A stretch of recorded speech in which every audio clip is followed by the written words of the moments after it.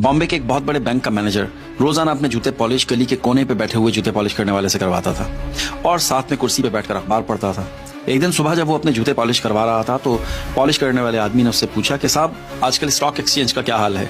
Manager ने उसकी तरफ तंजिया हंसते हुए देखा और कहा कि यार तुम्हारा स्टॉक एक्सचेंज से क्या लेना देना, अपने जूते पॉलिश करो। तो उस पॉलिश वाले ने मैनेजर से कहा कि साहब आप जिस बैंक में मैनेजर है ना, उस बैंक में मेरे 20 करोड़ रुपए पड़े हुए हैं। मैं सोच रहा हूँ कि रकम का कुछ हिस्सा मैं स्टॉक एक्सचेंज में लगा दूं। खैर मैनेजर जूते पॉलिश करवा के अपने बैंक चला जाता है। दिन के वक्त अचानक उसे याद आता है तो वो अपने अकाउंटेंट से पूछता है कि क्या वो जूते पॉलिश करने वाले का हमारे बैंक में कोई अकाउंट वगैरह है। अकाउंटेंट कहता है जी सर, वो हमारे मौजूद कस्टमर हैं, उनके अकाउंट में 20 करोड़ रुपए पड़े हुए हैं। मैनेजर बहुत हैरान होता है। अगले दिन सुबह जब मैनेजर दोबारा उससे जूते पॉलिश करवाने जाता है तो उससे पूछता है कि आपका नाम क्या है। जूते पॉलिश करने वाला कहता है परवेज पॉलिश वाला। मैनेजर उससे कहता है कि मिस्टर पॉलिश वाले, मैं आपको अपने बोर्ड की मीटिंग में अगले हफ्ते मेहमान खसूसी बुलाना चाहता हूँ।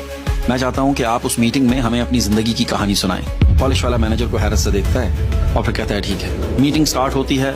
मैनेजर बोर्ड मेंबर से पॉलिश वाले का तारुफ करवाता है और फिर उसको मधु करता है कि आप अपनी कहानी शुरू करें। तो पॉलिश वाला अपनी जिंदगी की कहानी बयान करते हुए कहता है कि 30 साल पहले अपनी जवानी में मैंने और मेरे भाई ने केरला से बम्बई हिजरत की। हम बहुत गरीब थे, भूख और थकन से चूर हम काम की तलाश में थे, लेकिन काम नहीं मिला।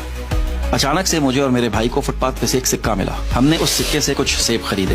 हमारे पास 2 रास्ते थे, इन सेबों को खाकर अपनी भूख मिटा लें या फिर इन्हें बेचकर कारोबार करें। मैंने सेब बेचने का फैसला किया, लेकिन मेरा छोटा भाई मुझसे इख्तिलाफ करता रहा।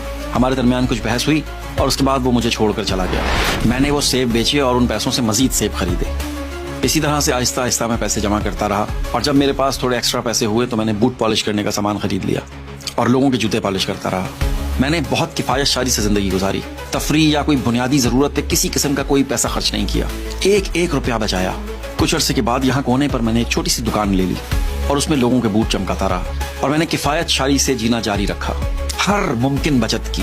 तकरीबन 3 माह पहले मेरा छोटा भाई वो जो मुझसे 30 साल पहले बिछड़ गया था, वो केरला में इंतकाल कर गया और मेरे लिए 20 करोड़ रुपए छोड़ गया। ये मेरे लिए जिंदगी की सबसे हैरानकुन बात थी।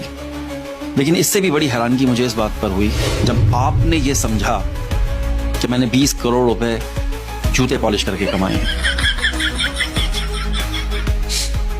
इस कहानी को आपने भी बड़े गौर से सुना और कहते हैं कि गौर से सुनना, देखना, पढ़ना